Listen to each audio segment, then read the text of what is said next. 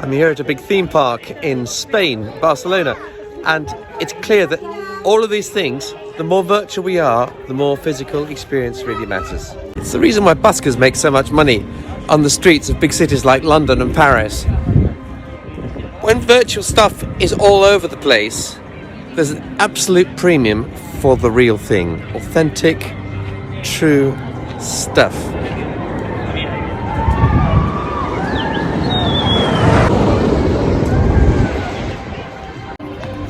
People just want to be there, and theme parks are about doing it together.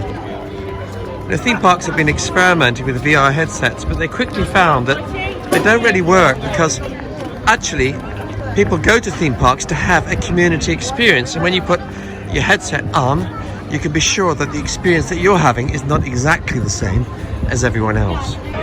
It's all part of the boom in leisure, which is exactly what I predicted as we come out of COVID. Back in June, July 2020, I predicted that airports and airlines would find themselves pretty much stretched as we came out of lockdown, and the smallest easing in lockdown regulations would lead to a rapid resurgence, and that's exactly what happened. We saw it in July 2020 when the UK relaxed government regulations just very slightly, and suddenly 1 million tickets were sold. And so it was no surprise to me to find that absolutely everything to do with leisure and tourism has been packed to overcapacity, with queues and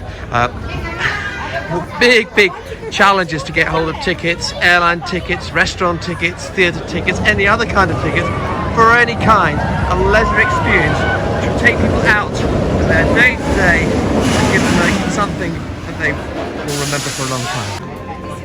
People have the budget too. The truth of the matter is that during COVID, those in work spent less than they were doing before lockdown. And for long, of course, they started spending quite a lot more than usual on products, and that caused a shortage of things like TVs, kitchens, and goodness knows what else, as factories struggled to produce for a market that had actually gone into boom. Once we came out of that, it was a different story.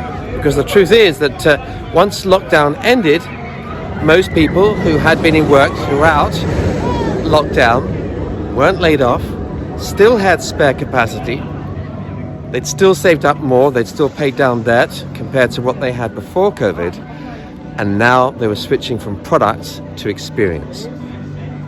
So what are the future of all this? Well, it will settle down. Supply chains, logistics and other challenges will gradually sort their way out. The inflationary spike will eventually pass as the single oil shock that was really dominated our world in 2022 works its way through the system. You can't have an oil shock like that every year with prices going up by the same amount, which means that the annual inflation rate will come down, at least the big component that's related to oil will. And in the meantime, factories continue to catch up with demand. Demand begins to settle down as people spend money on services and other things. The services boom eventually sorts its way out, and life goes back to normal, well, more or less, until you get the next disruptive shocks, of course.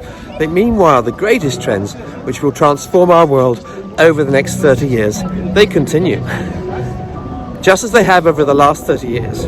The kind of things I've talked about in my books, The Future of Almost Everything, for example, will go on shaping and reshaping our world in relatively predictable ways that are far more powerful actually than disruptive events which come and they go. So things like the rise of China and India's influence on the global stage as they become larger global economies, the relative decline of the United States, the aging populations of countries like Japan, Germany, Russia, Italy, the pensions crisis due to an elderly population with not enough people to look after them, and indeed not enough finance in the system to maybe pay for their pensions in terms of where it comes from government and so on. These are very, very big trends.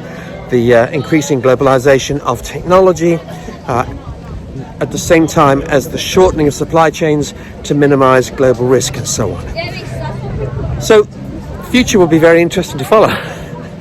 But leisure, travel, tourism, that is a mega trend which will go on enduring, and it will be driven primarily by emerging markets because there's 85% of humanity lives there, and most of them have a desire when they look on the TV to experience other people's worlds. like the places that you and I live right now, and to explore beyond their existing reality.